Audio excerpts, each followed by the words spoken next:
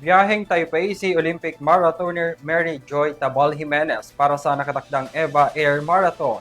Yan at iba pang balitang sports sa report ni Kyle Basa. Sasali si Filipina 2016 Rio Olympic marathoner Mary Joy Tabal Jimenez para sa gaganaping EVA Air Marathon sa Taipei. Ang naturang kategoryang sasalihan niya ay sa half marathon na may kabuuang 21 kilometers.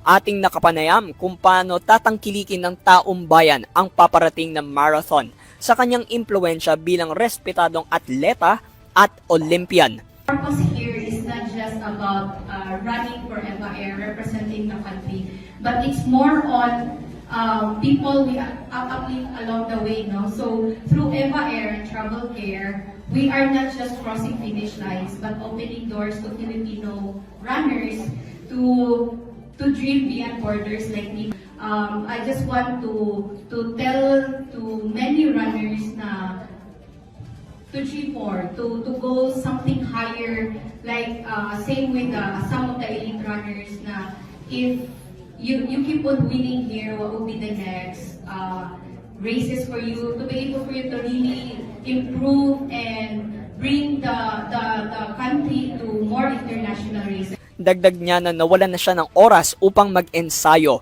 Umalab lamang muli ang kanyang hilig nang nalaman niyang magkakaroon ng marathon at todo suporta ang mga taong nakapalibot sa kanya.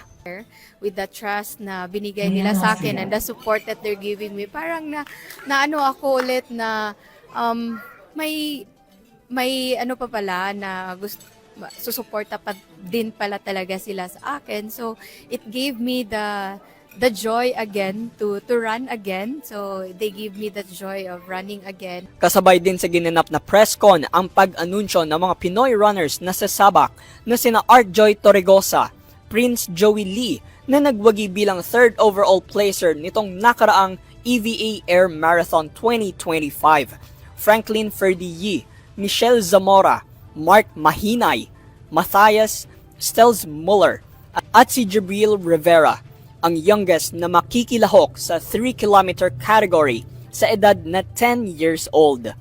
Nagbigay din ang mga opisyal ng Travel Care Agency Corporation ng detalye sa marathon tulad ng 4 na kategoryang sinalihan ng mga runners. Kasabay din dito ang mga cash prizes ng mga mananalo sa nasabing categories. Ayon sa owner ng Travel Care na si Sunshine Lim, inaasahan niyang maraming Pilipino ang makakatungtong sa podium ng naturang marathon. That's a very good question. I am really looking forward na maraming mga placers who will be there in the international grand stage who will once again raise our Philippine flag with. Dagdag niya na magandang oportunidad ang marathon na ito upang ipamalas ng ating mga kababayan ang kanilang galing sa larangan, lalong-lalo na sa international stage.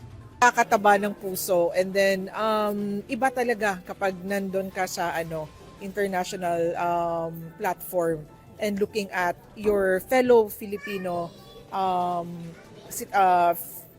runner and marathoner na naging placer, no, side by side the international.